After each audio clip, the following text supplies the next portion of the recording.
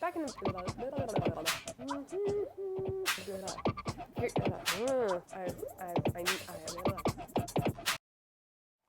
Hi everybody, this is MisSally and today we're going to talk about Battleborn. I know it's not the easiest game to get into, but it's way fun, and I'm going to try and give you some tips and tricks to try and get us through this. It's a great little game. I'm calling it Grandma's first MOBA because I'm an old lady and it's really the first toe I've tipped into the MOBA-esque genre. I know it's not a real MOBA, but it takes enough elements. For those of us who are more comfortable in first person and looking for a little more variety in our gameplay and the maps and mechanics and just more time per level in a co-op kind of situation, this game is totes worth your time. I average about 35 to 45 minutes per match, which is a bit. So if you are going to sit down and play, you kind of want to grab your coffee. You might want to run to the potty and get everything handled, run the dogs out. Because once you're in that online kind of way. When you play solo, this isn't as big of a problem. You have the pause button in solo, which is cool.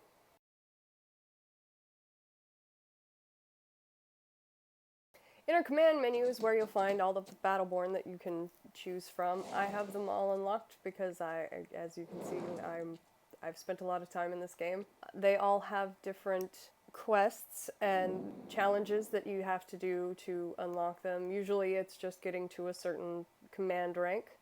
The command rank is the rank that you as a player take with you, and each Battleborn can all be ranked up, as you can see, to level 15.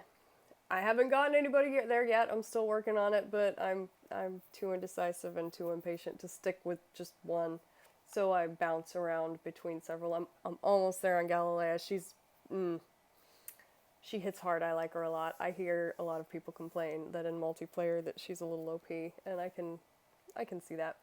There are 26 Battleborn right now. Alani is the first DLC character. You can unlock her with in-game credits as well as buying the season pass. I dig that there is a keep playing and you can unlock the thing that other people can pay money for option. I think that's pretty cool.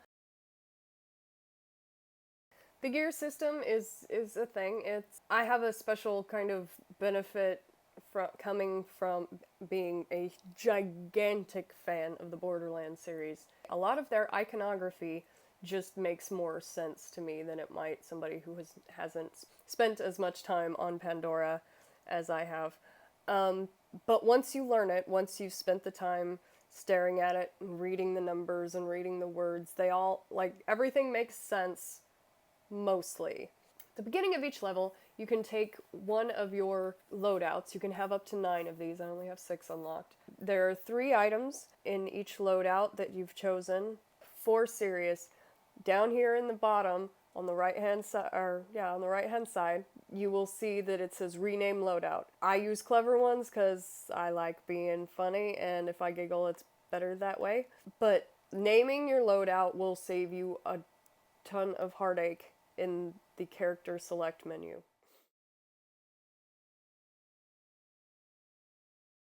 The PvP side is genuinely a fun incursion is where you and your fire team go in and try and take over the other team's base by destroying their giant spider tanks. Capture is exactly what it's a king of the hill game with 3 capture spots. And then there's 2 Meltdown maps. Meltdown is probably my favorite of the multiplayer. You get little minion bots that you have to recycle to Battleborn's answer to Tiki God with Fire. You have to get them into a recycling bin, and you get points based on the size of the bot that gets in. It doesn't seem like it would be that adversarial so much, but it really is when you have to both get your minion bots in and keep the other team's minion bots from getting in. I usually am not a fan of escort missions, but this game does them in a very interesting way. They're not particularly different. They're just a lot. I find them to be fun. I like the interactions that the characters have with whoever they're escorting, usually a giant tank. I love me some giant spider tanks.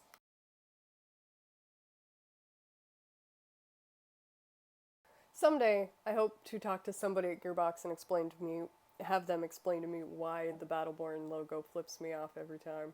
It's funny, just curious what the joke was. But you can play the story modes in public, which is super useful if you're having troubles. I like the story missions in this game particularly because while there are only 8 of them, they're long enough and difficult enough to keep my attention. I play on advanced, but I don't play on hardcore. Hardcore! I'm not quite ready for that level of commitment yet. This game is excellent for me personally because in a game that's prone to having players play through the level over and over again, the actual dialogue from the NPCs changes consistently, and it's incredibly handy to have. On the select character screen, you get to scroll through and decide which of your Battleborn you want to take to the field with you. On this screen in particular is especially where it is handy to have your loadouts named. I finally theory crafted all of my gear and went through and named them all because on this screen you don't have access to your loadouts. Information, but what you do want to do is have quick access to what kind of loadout you have. So renaming your loadouts will be incredibly helpful for you on this screen. Even once you've got everybody connected, you have to wait for everybody to select their gear, and no matter how many times you think you know what you want to take into the level, you don't. You don't know. You get to the screen and rethink your entire life every single time. So when you come into a level, you instantly have 5 lives in single player. At the top, next to the little person with in the red dot, is your lives. Do not ask me why they have lives. I don't know. It's upsetting and I don't like it. And you have 1 level to open up in your Helix menu. Press up on your D-pad to open up this menu.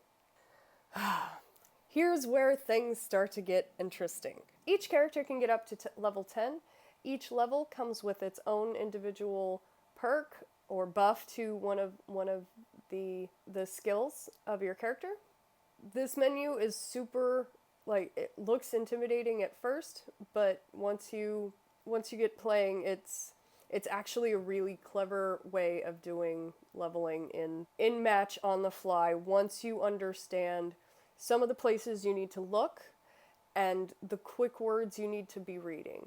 On the screen, when you do decide which one you're going to pick, you're going to hit the right trigger, the left trigger, or the Y button if you've unlocked the mutation. For every level, if you look down at the bottom half of your screen here, you'll see that there are little arrows pointing up on the skills that will be affected by this particular level. The blue arrow is for your left trigger. The purple arrow will be on your right trigger. Sometimes both of the perks will be on the same skill, and you have to choose whether it's either to add damage or heal allies or slow or stun or all of that. Then it's about making choices, which is hard on the fly. They do, your levels will just stay there and wait for you, but do find a lull in the battle to take care of it. Now, I won't say that every perk will change how you play the character, but you certainly miss them at the beginning of the next level. All of the skills are on a cooldown timer. Challenges can get you some major bucks. Treasure. Green lights. This is a Gearbox game. Green lights. All the green lights. You'll find in them things for boosting your speed and your score. Credits that are used in buying everything from new Battleborn to your gear and your loadouts. There's also health in the chests. Most things that are on the ground will actually be automatically picked up, but when it's in a chest, holding on the X button will pick up all the things at once. In the levels as well as little chests, you will also find a few big chests. You want to keep your eyes out for those. Every time I've found them, they have an extra life in them and some gear, usually a Helix sphere, so you can pick that up and level. The treasure hunting in this game is actually really important. When playing in a team, you can still be useful in the team if you are more of a hunter-gatherer than go out and punch people in the face kind of player.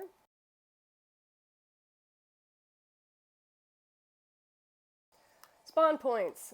Spawn points can be killed and destroyed so that more baddies do not come in and kill you. I would say 10 minutes of the level are usually a little more difficult than the rest, mostly because you haven't leveled yet. The beginning is always a little hard, and you just gotta try and not let it frustrate you too much. These giant crystal things are where we get our shards. Shards are the in-map currency that you use to buy your gear. This is your gear menu.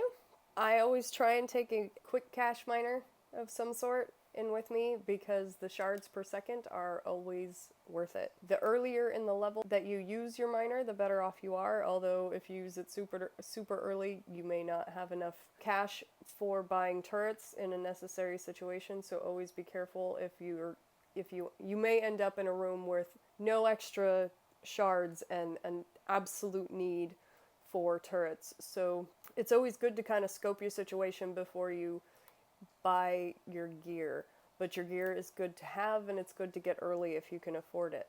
The gear system has a color system just like all the other gear systems seem to now. The color not only indicates the strength of the item but also its cost. The more common the item, the less it's going to cost you in the field. And here we have our turrets.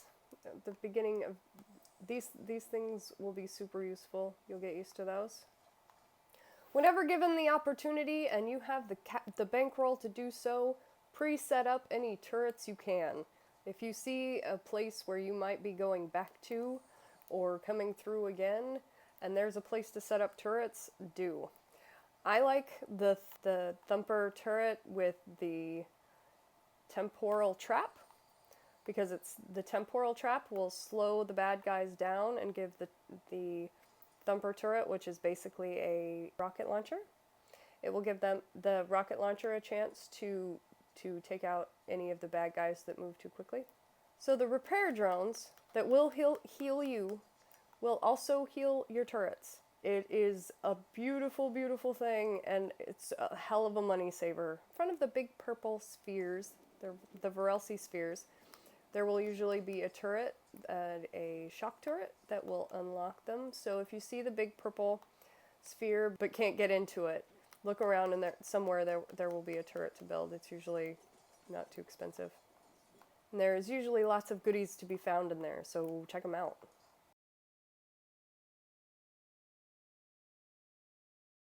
So why should you play Battleborn? Because it's a lot of fun. It never takes itself too seriously. It's got an option for every type of playstyle that you might have or might even come up with. I've found that every character I play is unique and different. None of them feel overly redundant. There's a lot of nuance to this game. There is a bit of a learning curve for this game, but not anything that is insurmountable to anybody. I don't know if I've been super helpful, but I've sure tried. Do consider picking up Battleborn. If not now, then when it comes on sale again. It's a lot of fun to play by yourself, and especially with a group of people. It's a kick in the pants. This has been MisSally. I hope that you've enjoyed my video, and I hope I've been helpful in you either making a decision whether or not to buy Battleborn, or if you've already bought it, giving you a few tips and tricks that'll make your next match a little easier. I'd like to thank my friend David Foy for the artwork. You can find his links down in, links to his art and things down in the description. He takes commissions. Give the man some love. Yeah, and enjoy the rest of your day. Bye.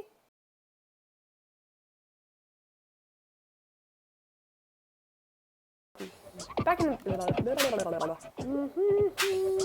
Get it up, or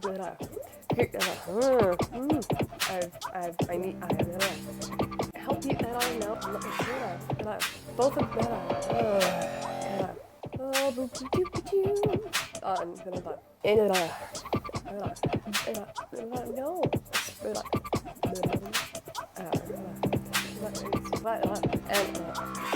I have a full fire.